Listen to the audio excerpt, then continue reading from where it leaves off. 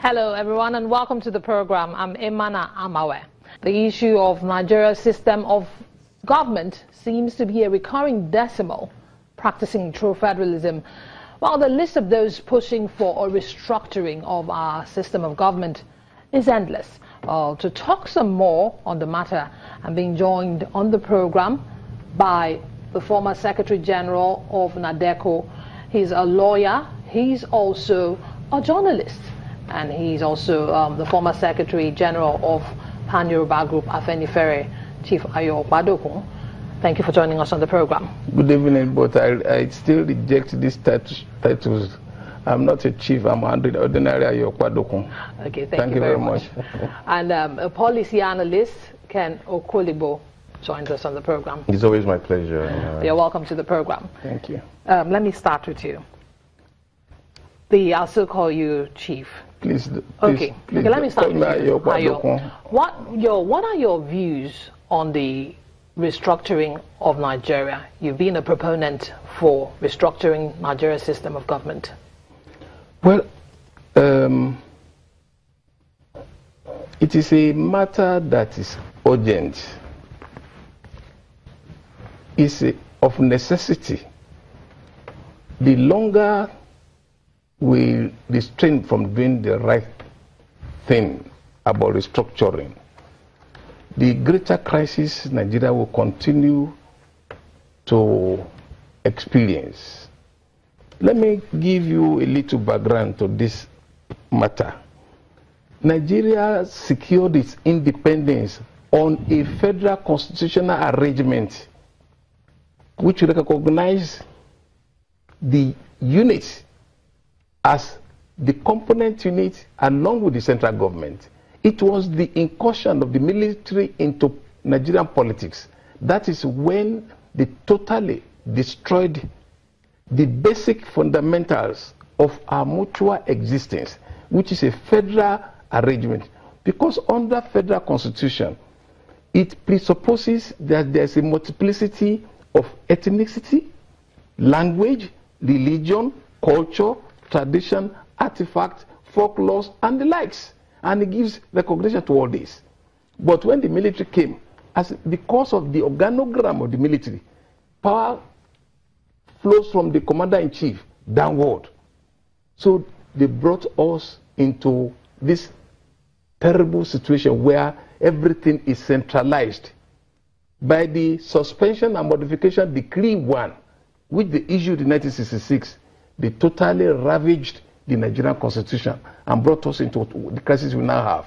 So they balkanized Nigeria into 12, then into 16, then into 18, into 19, then we have now what we call 36.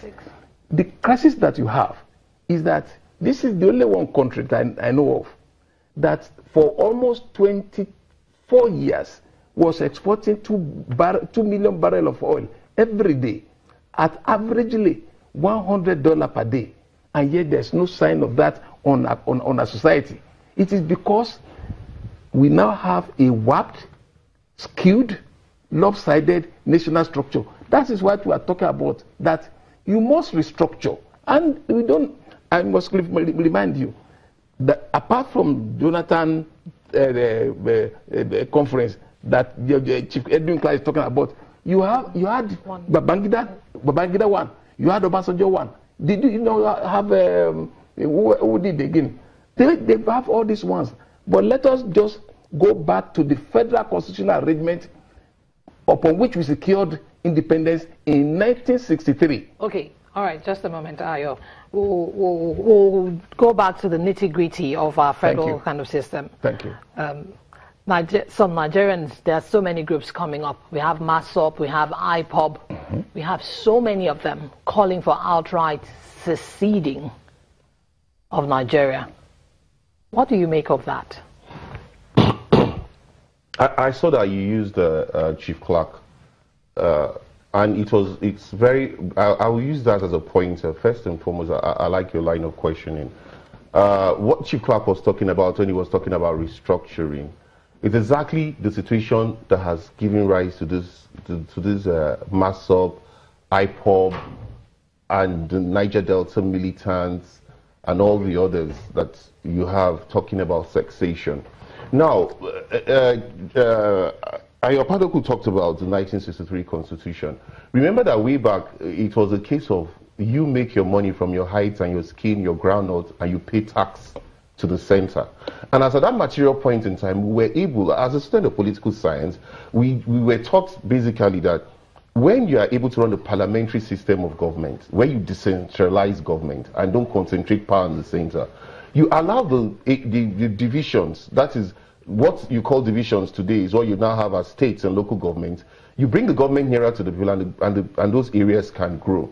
Now, when you're talking about restructuring basically is allowing the people exercise their power.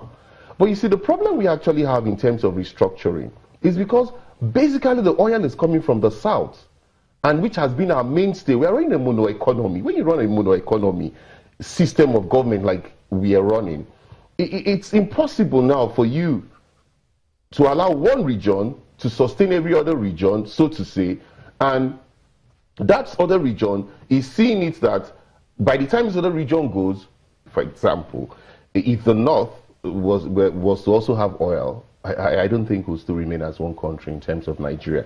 Now, I'm a member of the Pan-Niger Delta Forum being led by Chief Ike Clark. And one of the things that Papa Clark has stood for in terms of restructuring was that in presenting the 16-point agenda he presented to the president, it was very clear that the Niger Delta militants, even though we could condemn the fact that they were bombing the oil pipelines at that material point in time, it was as a basis of this deep-seated restructuring that we have been talking about that has given rise to those agitations that have always said that, look, we have been the ones, we are the geese laying the golden eggs. We see all the bridges in Abuja, we see all the beautiful roads in Abuja, and we see our people living in squalor and abject poverty. But the funny thing about it is that since Pandev presented that 16-point agenda in November, the government is not talking to them. I can tell you that authoritatively. Yes, the vice president has visited these areas. Do you understand where I'm coming from? And has made overtures. But there are no discussions. The government has still refused to raise a team. Today, like what Ayopadoku said, 2 million barrels are being produced because there's peace and relative calm in those regions. And that is mainly because of Papa Clark's Pandev. And people shouldn't forget that even before he raised the Pandev as a group, we were getting less than 1 million barrels, which was what actually put us in the initial crisis we had. When you don't talk to the people, then you give room for agitation. And that's why you see that if you do not sit down and discuss restructuring, it's interesting that Atiku has also joined the foray in calling for restructuring, because when he was in government, he didn't see the need for restructuring. But it is a welcome development. It's not too late. We cannot shy away from the truth. We need to restructure this country, especially when we are running a mono economy.